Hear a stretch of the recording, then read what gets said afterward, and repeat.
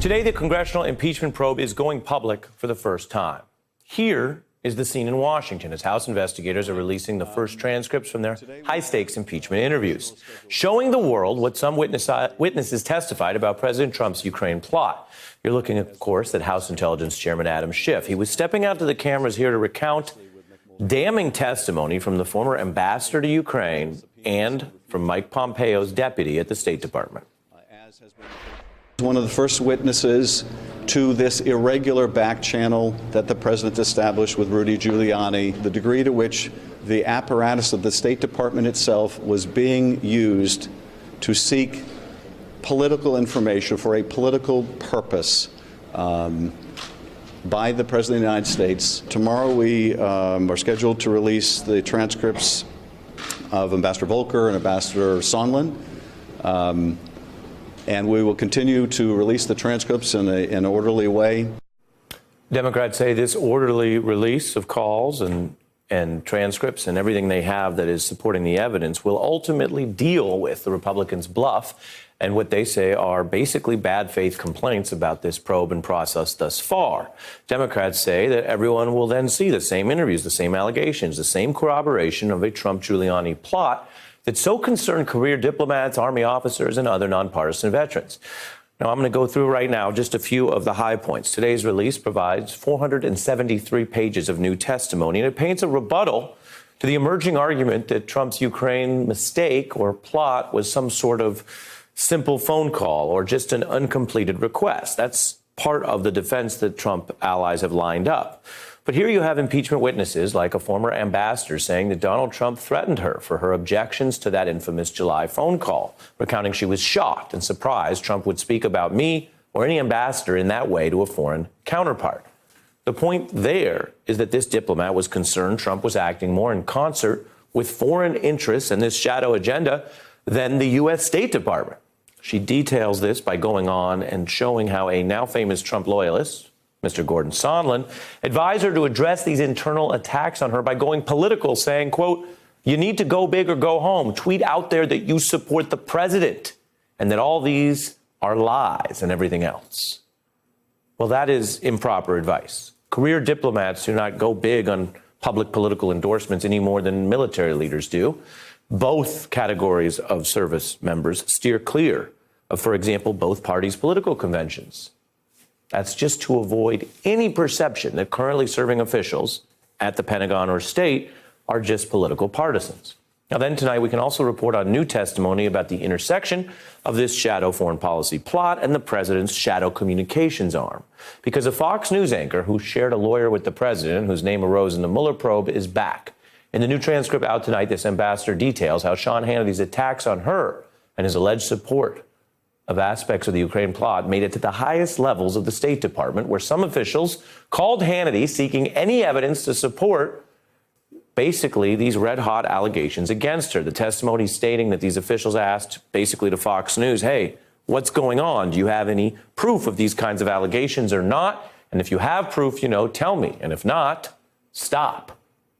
Now, press reporting can, of course, draw any kind of pushback or dialogue from the government. That itself isn't automatically suspicious. But impeachment investigators are probing the theory that this was part of the shadow foreign policy to hijack diplomacy for Trump's reelection. Fox News itself has rebuked Hannity for what you see on your screen, his appearance at a Trump rally, which, of course, makes him look less like an independent reporter and more like Trump's surrogate.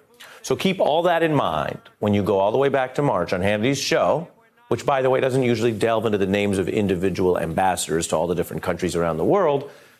But on that show, they went in and they name-checked this one, Yovanovitch. And that looks especially interesting given what is coming out today, that Giuliani and others were trying to oust her. A letter surfaced from a senior member of Congress to Secretary Pompeo accusing the current U.S. ambassador in Kiev of bad-mouthing the Trump administration. We also now know that the current United States ambassador, Marie Yovanovitch, has bad-mouthed the President of the United States. This woman needs to be called home to the United States.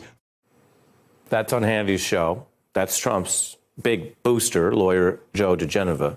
And that's what they were saying about the ambassador back in the spring. We now know, here's why I'm showing you that tonight and why it came up in today's released testimony. We know that while those public attacks were occurring, Fox News taking a sudden interest in a random ambassador, Rudy Giuliani was pushing his Ukraine plot. And that's not all. That Fox News lawyer you just saw there, DeGeneva, who was making that case with Hannity, he legally represents the conservative writer who was pushing the same Ukraine plot. So that's the context for this ambassador's testimony about what looks like a coordinated smear campaign, not only to oust her, but to get a bribe out of Ukraine to help Trump win re-election. Now, the other new transcript today comes from an aide to Secretary of State Pompeo, who criticized the administration for using the State Department for this, quote, to procure negative political information for domestic purposes. And when asked about efforts to, quote, use the State Department to dig up dirt on a political opponent, McKinley responds, in 37 years in the Foreign Service in different parts of the globe and working on controversial issues 10 years back in Washington, I had never seen that. I'm joined now by former federal prosecutor John Flannery and Nayyera Haq, a former White House and State Department official in the Obama administration. Good evening to both of you. Nayyera, what is the level of significance of these disclosures in your view, and how unusual are they, given your experience, to have any of this going on inside the State Department?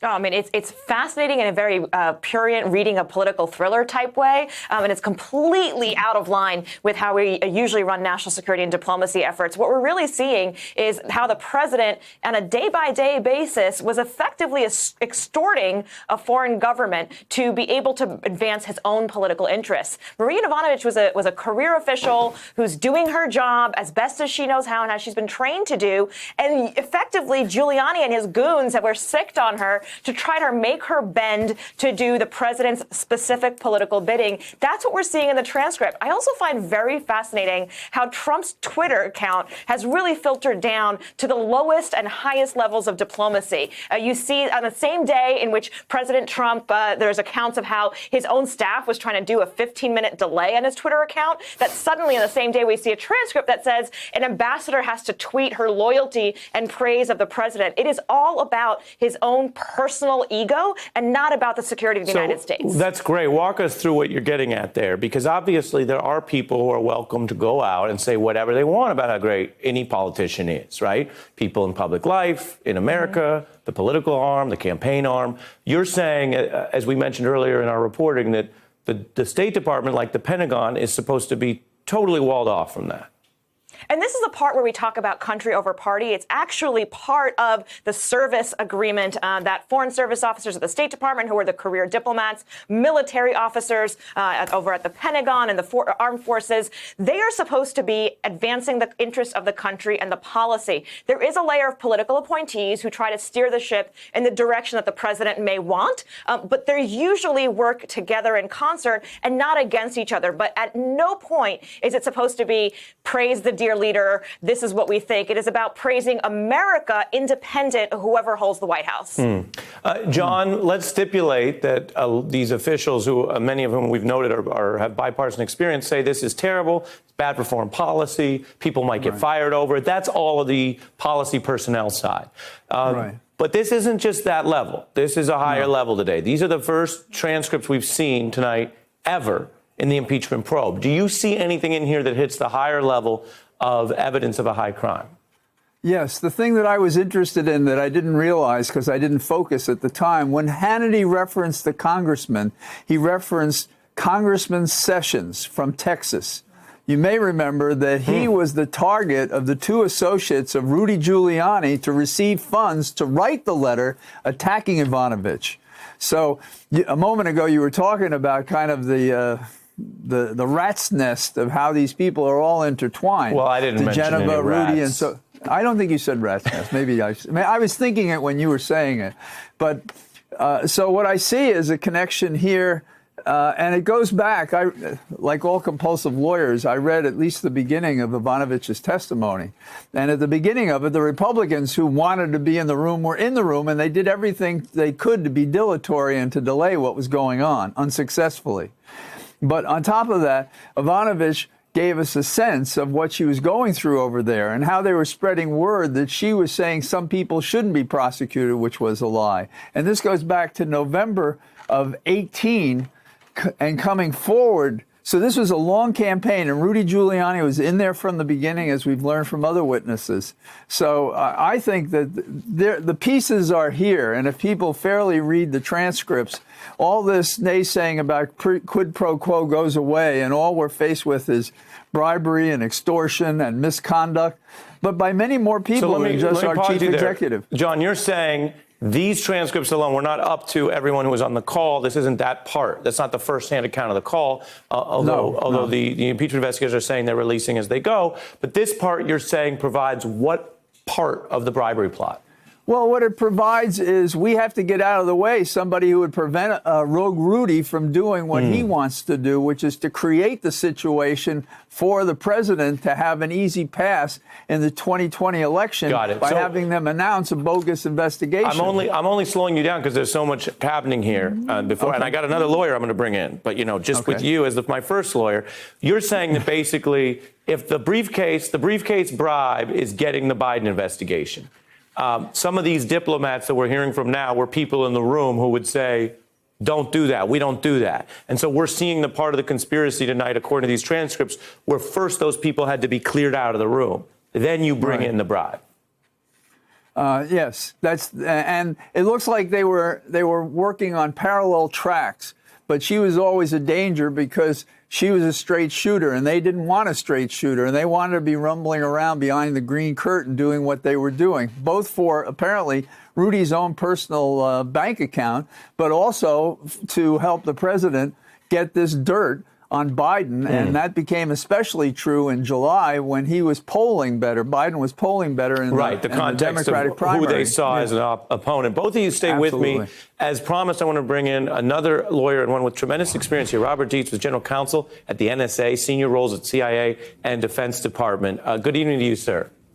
Good evening, sir. I put the same question to you, and without profiling you too much, part of your job is to look at this from the perspective of the intelligence and security agencies, to give, the tie would go to them typically on your day job, right? Give them a benign view of, or at least a defense of what happened.